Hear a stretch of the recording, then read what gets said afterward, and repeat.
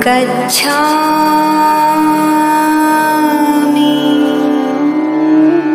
धर्मं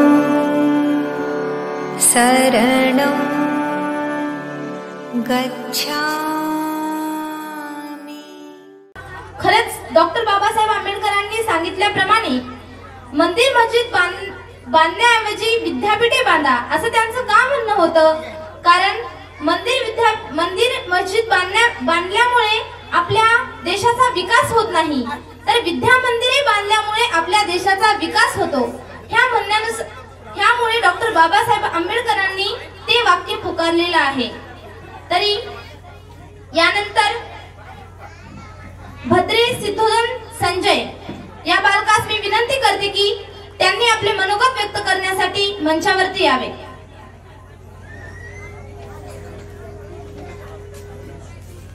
भद्रे सिद्धोदन संजय या बालकास विनंती करते की त्यांनी मंचावरती आपले मनोगत व्यक्त करण्यासाठी यावे।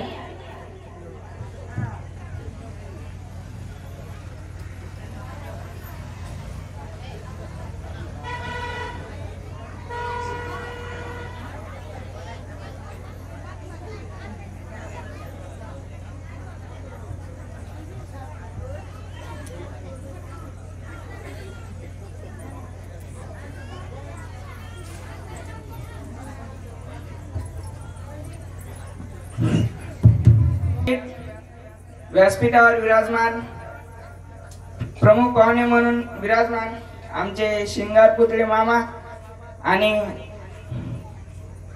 घोळेकर दाजी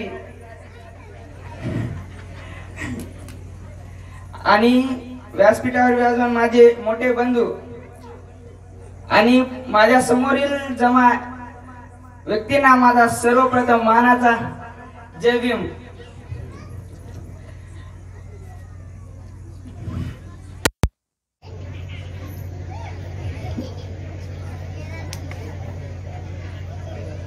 मित्रांनो, मी डॉक्टर बाबासाहेब आंबेडकरांच्या जीवनचरित्रावर 2 शब्द बोलण्यासाठी इथे आलेलो आहे। काही 2-4 मुलांनी भाषणे केले आणि त्यांचे काही 2-4 शब्द चुकले तर तुम्ही पोट भरून हसून निघालात। मला माहिती आहे तुम्ही इथं का जमलात, कारण आमच्यावर ज्ञानी भिक्खू इथं प्रवचन करत होते तेव्हा फक्त 15च बाया इथं बसून होते, अन्यथा कोणीच व्यक्ती बसून नव्हता। आणि इथं आम्ही साधारण फक्त मुली इथं भाषणासाठी आलो तर हे कारण भाषण ऐकण्यासाठी नाही तर ते भीमगीतांचा कार्यक्रम पाहण्यासाठी इथं तुम्ही आलात हे मला माहित आहे। तुम्ही त्याच्यामुळे इथे शब्दाला चुकलं की त्या विद्यार्थ्याला हसता आणि त्याला खाली बसवता। तरी मी पहिली वेळेस या माझ्या गावाच्या स्टेजवर भाषणासाठी आलेलो आहे, तरी माझं जर वाक्य कुठं चुकत असेल तर हसण्याशी मला की डॉक्टर बाबासाहेब आंबेडकरांचं सामाजिक आयुष्य 1927 पासून सुरू होतं, महाराष्ट्र 14 तळ्याचा सत्याग्रह। पण मी तुम्हाला सांगू इच्छितो की डॉक्टर बाबासाहेब आंबेडकरांचं सामाजिक आयुष्य 1917 पासून सुरू झालं। ते कसं तुम्हाला सांगू इच्छितो, जेव्हा डॉक्टर बाबासाहेब आंबेडकरांची 1916 मध्ये MA कंप्लीट झाले त्यानंतर बाबासाहेबांनी अर्थशास्त्रामध्ये PhD प्राप्त केली आणि बडोद्याच्या सिडनहॅम नावाच्या कॉलेजमध्ये ते प्रोफेसर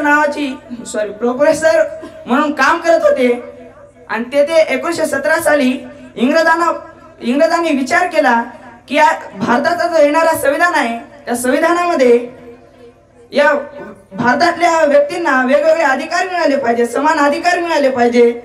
तेव्हा साऊथ ब्युरो कमिटी त्या इंग्रज लोकांनी लंडन मध्ये निर्माण केली, त्याचं आयोजित केलं साऊथ ब्युरो कमिटीचं आणि भारतामध्ये पाठवली गेली की समान अधिकार मिळाले पाहिजे त्या व्यक्तींना। म्हणून ती साऊथ ब्युरो कमिटी पाहणी करत असताना त्यांना वेगवेगळ्या जाती समूहाचा अभ्यास करत असताना त्यांना गांधीजी आणि नेहरूजी हे दोघे त्या साऊथ ब्युरो कमिटीला भेट देतात आणि त्यांना विचारतात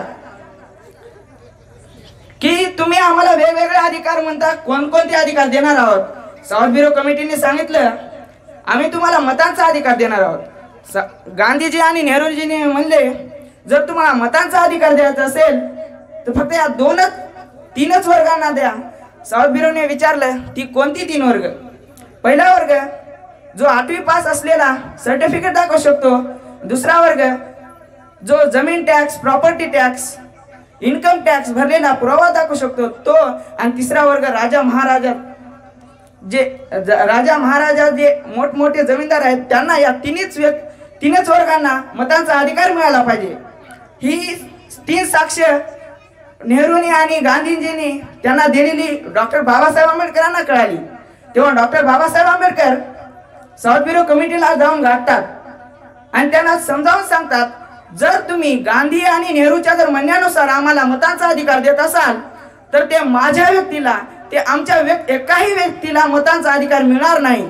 साऊथ ब्युरो कमिटीने विचारलं, आंबेडकर आम्हाला समजावून सांगा की ते मतांचा अधिकार तुम्हाला का मिळणार नाही.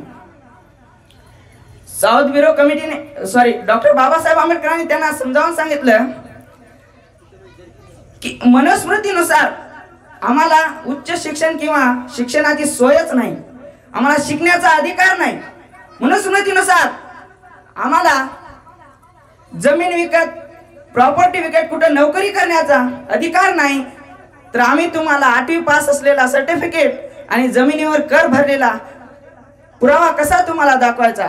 मग साऊथ ब्युरो कमिटीने विचारलं, आंबेडकर जर आम्हाला सर्वांना मतांचा अधिकार द्यायचा असेल तर आम्ही काय केलं पाहिजे, आम्हाला उपाय सांगा. तर डॉक्टर बाबासाहेब आंबेडकर म्हणतात, ना आम्ही तुम्हाला 8वी पासचं सर्टिफिकेट दाखवू शकतो, ना जमीन टॅक्सवर भरलेला कर पावती दाखवू शकतो. फक्त एक गोष्ट नक्कीच सिद्ध करून देतो की भारतामध्ये आमचा जन्म झालेला आहे, भारत आमचा देश आहे, दरवर्षी आमचं वय वाढतं. तुम्हाला जर मतांचा अधिकार द्यायचा असेल तर ते फक्त वयाच्या आधारावर द्या.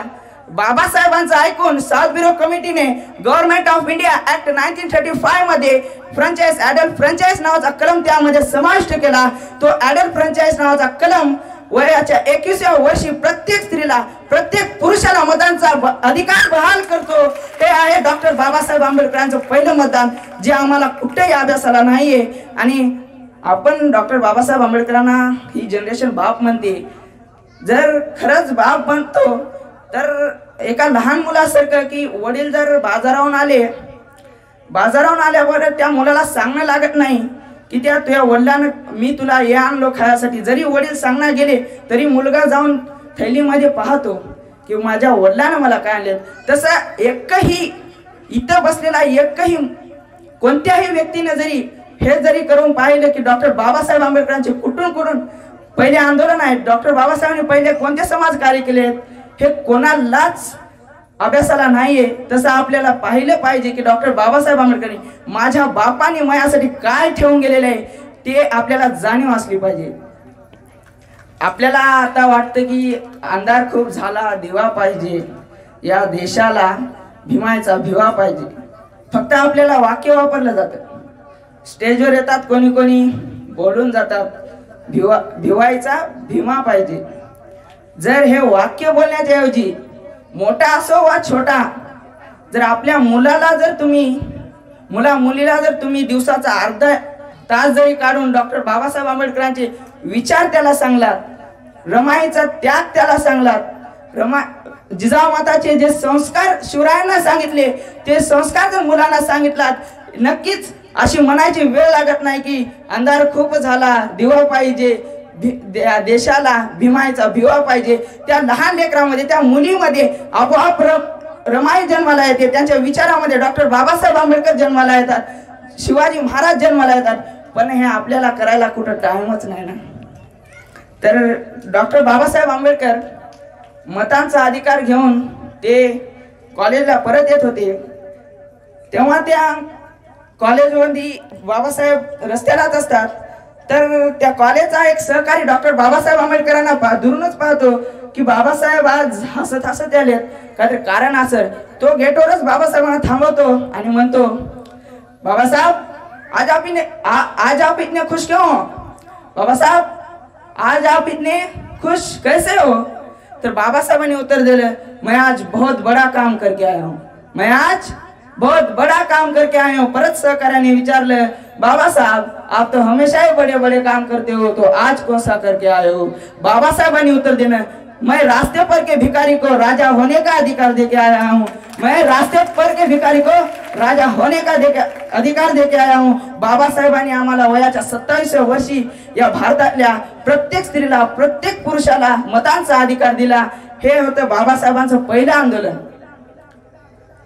नंतर मग त्यांचं दुसरं आंदोलन 20 मार्च 1927 सालीपासून सुरू झालं। डॉक्टर बाबासाहेब आंबेडकरांचं दुसरं आंदोलन महाडचा 14 तळ्याचा सत्याग्रह आहे। आम्हा लोकांना जर विचारलं गेलं की डॉक्टर बाबासाहेब आंबेडकरांनी महाडचा 14 तळ्याचा सत्याग्रह कशासाठी केला, तर आम्ही डायरेक्ट उत्तर सांगतो, पाणी पिण्यासाठी।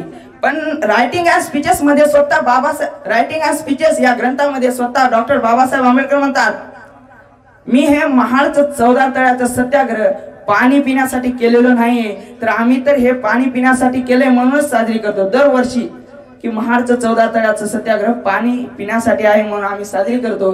तर त्या ग्रंथामध्ये असं आहे की डॉक्टर बाबासाहेब आंबेडकरांनी 1927 साली आंदोलन उभा करण्याच्या अगोदर 1923 ला बोले कमिशनने हे महाडचं 14 तळ्याचं महाडचं 14 तळ सर्वांसाठी खुलं केलं। ते तळ म्युनिसिपालिटीचं आहे आणि ते सर्व या भारतातल्या सर्वांना, प्रत्येक व्यक्तींना त्या पाण्यावर अधिकार आहे असं त्या म्युनिसिपालिटीनं जाहीर केलं। तरी पण 23 उलटला, 24 उलटला, 25 उलटला, 26 उलटला, बाबासाहेबांनी पाहिलं अधिकार देऊन सुद्धा ही लोक त्या पाण्याला हात लावायला घाबरतात। म्हणून डॉक्टर बाबासाहेब आंबेडकरांनी या 4-5 वर्षांमध्ये वेगवेगळ्या ठिकाणी बैठका घेतल्या, लगतच्या लोकांना संघ घेतलं आणि 20 मार्च 1927 ला त्या सगळ्यांना एकत्र केलं आणि एकत्र करून त्या पाण्याला हात लावला। तर हे महाडचं 14 तळ्याचं सत्याग्रह पाणी पिण्यासाठी नाही, तर हे महाडचं 14 तळ्याचं सत्याग्रह हे मेलेल्या समाजाला जिवंत करण्याचं काम डॉक्टर बाबासाहेब आंबेडकर करत होते। हे त्यांनी स्वतःच्या ग्रंथामध्ये म्हणलेलं आहे। डॉक्टर बाबासाहेब आंबेडकरांनी खूप काही आपल्याला देऊन गेलेले आहेत, ज्याची जाणीव आपल्याला काहीच नाही। तर डॉक्टर बाबासाहेब आंबेडकरांचं तुम्हाला एक आंदोलनाचा पैलू सांगू इच्छितो। डॉक्टर बाबासाहेब आंबेडकर उठलं की सुटलं आंदोलन करत गेले नाहीत। बाबासाहेब पहिले संघटना तयार करायचे। हे महाडचं 14 तळ्याचं सत्याग्रहाचं आंदोलन कोणत्या संघटनेतून तयार होतं ते माहित आहे का? बहिष्कृत हितकारणी सभा ही डॉक्टर बाबासाहेब आंबेडकरांनी 1924 साली काढली आणि त्या संघटनेतून माणसं एकत्रित केली, वेगवेगळ्या ठिकाणी बैठका घेतल्या आणि 20 मार्च 1927 साली त्या संघटने माध्यमातून ते आंदोलन झालेलं आहे। डॉक्टर बाबासाहेबांनी त्यांच्या आयुष्यभर फक्त त्यांच्या आयुष्यामध्ये मराठीमधून 2च संघटना आहेत। ते पहिली संघटना बहिष्कृत हितकारणी सभा जे 1923 ला काढली गेली आणि दुसरी समता सैनिक दल जे 1918 ला काढली गेली। डॉक्टर बाबासाहेब आंबेडकरांनी मराठीतून काढली नाही, कारण बाबासाहेबांना माहित होतं की या देशाची व्यवस्था आम्हाला न्याय मिळवून देणार नाही। जर न्याय मागावा असेल तो बाहेरच्याच लोकांपासून मागला पाहिजे, कारण तीच लोक आपल्याला न्याय देतील। ते होते इंग्रज आणि त्या इंग्रजांना मराठी कळत नाही, म्हणून डॉक्टर बाबासाहेब आंबेडकरांनी पुढची संघटना इंग्लिश मधून काढून त्यांच्यामधून आंदोलन केलेलं आहे। बाबासाहेबांनी 1928 साली डिप्रेस क्लासेस मिशन नावाने संघटना काढली। त्या संघटनेचं मराठीमध्ये जर नामांतर केलं तर त्याचा पूर्णपणे अर्थ बहिष्कृत हितकारणी सभा होते, कारण 1924 ची संघटना बरखास्त केली आणि 1927 ला डिप्रेस क्लासेस मिशन ही संघटना काढली आणि या संघटनेचं पहिलं आंदोलन होतं काळाराम मंदिराचा प्रवेशाचा सत्याग्रह, जो की 1930 ला सुरू केला। ते आंदोलन उभा केलं 1930 पासून। बाबासाहेबांनी काळाराम मंदिराचा प्रवेशाचा सत्याग्रह करण्यासाठी 1930 ला आंदोलन उभा केलं। पण तुम्हाला सांगू इच्छितो, बाबासाहेबांना माहिती होतं की ही लोक आम्हाला मधात काही येऊ देत नाहीत, मंदिरात काही येऊ देत नाहीत आणि बाबासाहेबाला त्या मंदिरात जायचंही नव्हतं। परंतु हे मंदिराच्या प्रवेशासाठी आंदोलन होतं की का कुठं प्रवेशासाठी आंदोलन ते होतं मी तुम्हाला सांगू इच्छितो. 1930 साली डॉक्टर बाबासाहेब आंबेडकरांनी काळाराम मंदिरासाठी आंदोलन उभं केलं आणि बाबासाहेबांनी जेव्हा त्या काळाराम मंदिराच्या प्रवेशाचा सत्याग्रहाचा आंदोलनाचा अभ्यास जेव्हा केला तेव्हा बाबासाहेबाला कळालं की हे आंदोलन खूप मोठ्या प्रमाणामध्ये उभारलं गेलेलं आहे. तर बाबासाहेबांना स्वतः तिकडे दगडी फेक मध्ये बाबासाहेबांना मारण्यात गेली. ही बातमी हे आंदोलन मंदिराच्या प्रवेशासाठी नाही तर त्या इंग्रजांना दाखवून द्यायचं होतं. त्या इंग्रजांना दाखवून द्यायचं होतं की आम्ही हिंदू नाही आहोत. जर आम्ही हिंदू आहोत तर हे आम्हाला मंदिरात घेतील आणि जर आम्ही हिंदू नाही आहोत तर हे आम्हाला बाहेरच ठेवतील. जेव्हा दगडफेक झाली तेव्हा इंग्रजांना कळालं की ही हिंदू नाही आहेत, ही लोक डिप्रेस आहेत, ही लोक बहिष्कृत आहेत. मग त्या इंग्रजांना कळालं की या देशामध्ये काही लोक डिप्रेस आहेत तर काही लोक दलित त्याच्याही खालच्या जातीमध्ये भाग या भारताचा आहे. 1930, 31, 32 गोलमेज परिषदेचं राऊंड टेबल कॉन्फरन्सची तयारी चालू असताना नियोजन झालं, आयोजित केली गेली राऊंड टेबल कॉन्फरन्स पहिली 1930 साली. तेव्हा इंग्रजांनी विचार केला की या भारतातल्या वेगवेगळ्या समुदायांच्या प्रतिनिधीला या गोलमेज परिषदेमध्ये बोलायला पाहिजे. तेव्हा त्यांनी मुसलमानाच्या प्रतिनिधीला बोलवलं, ख्रिश्चनाच्या बोलवलं, काँग्रेसच्या प्रतिनिधीला बोलवलं, गांधीजींना बोलवलं.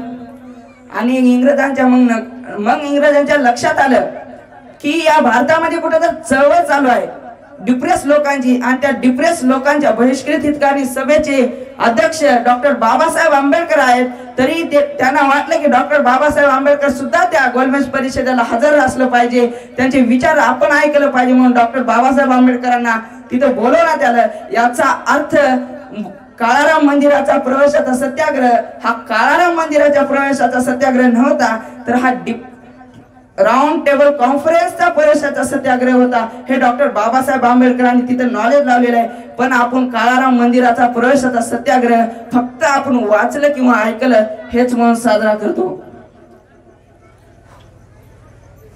नंतर मग डॉक्टर बाबासाहेब आंबेडकरांनी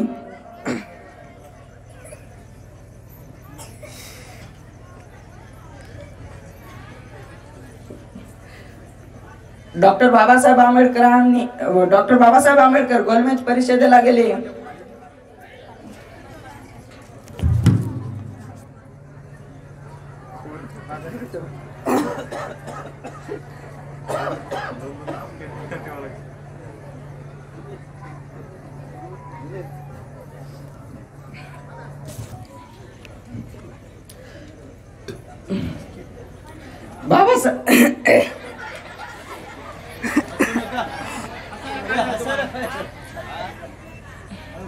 तुम्ही हसाल्या थोडं काय गळ्यामध्ये माया खरखर करत आहे. तर मानानं जय भीम केलो इथं जय भीम कोणी केलं नाही आणि गर्वानं म्हणता मी बाबासाहेबांचा मुलगा आहे म्हणून काय फायदा काय आहे तुम्ही. तर मग डॉक्टर बाबासाहेब आंबेडकरांनी गोलमेज परिषदेमध्ये बहिष्कृतांची बाजू मांडत असताना गांधी तिथं फक्त उभा टाकून त्या पहिल्या गोलमेज परिषदेवर बहिष्कार टाकला आणि डॉक्टर बाबासाहेब आंबेडकरांनी बहिष्कृतांची तिथं बाजू मांडली आणि डॉक्टर बाबासाहेब आंबेडकरांना सगळे विजय प्राप्त करत होते. तिथं डॉक्टर बाबासाहेब आंबेडकरांना ते इंग्रज सर्व अधिकार देऊ लागले. मग गांधीच्या लक्षात आलं की मी तिथं नसताना माझ्या माघारी डॉक्टर बाबासाहेब आंबेडकरांना सगळे अधिकार मिळालेत. म्हणून दुसऱ्या गोलमेज परिषदेला आयोजन केलं 1931 साली. तर डॉक्टर बाबासाहेब आंबेडकरांना बोलवण्यात आलं. पण इंग्रजांनी विचार केला पहिल्या गोलमेज परिषदेला गांधींनी बहिष्कार टाकला म्हणजे दुसऱ्या राऊंड टेबल कॉन्फरन्सला बोलून काय त्यांना अर्थच नाही. त्यामुळे गांधीजींना आमंत्रण पाठवलंच नाही.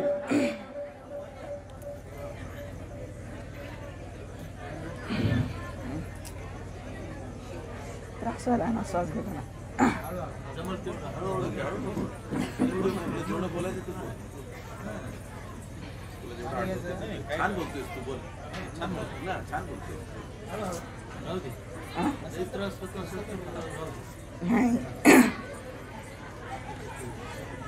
भरली आराम मस्त. छान. एवढे बोलून माझे भाषण. एवढं बोलून मी इथंच थांबतो. जय भीम.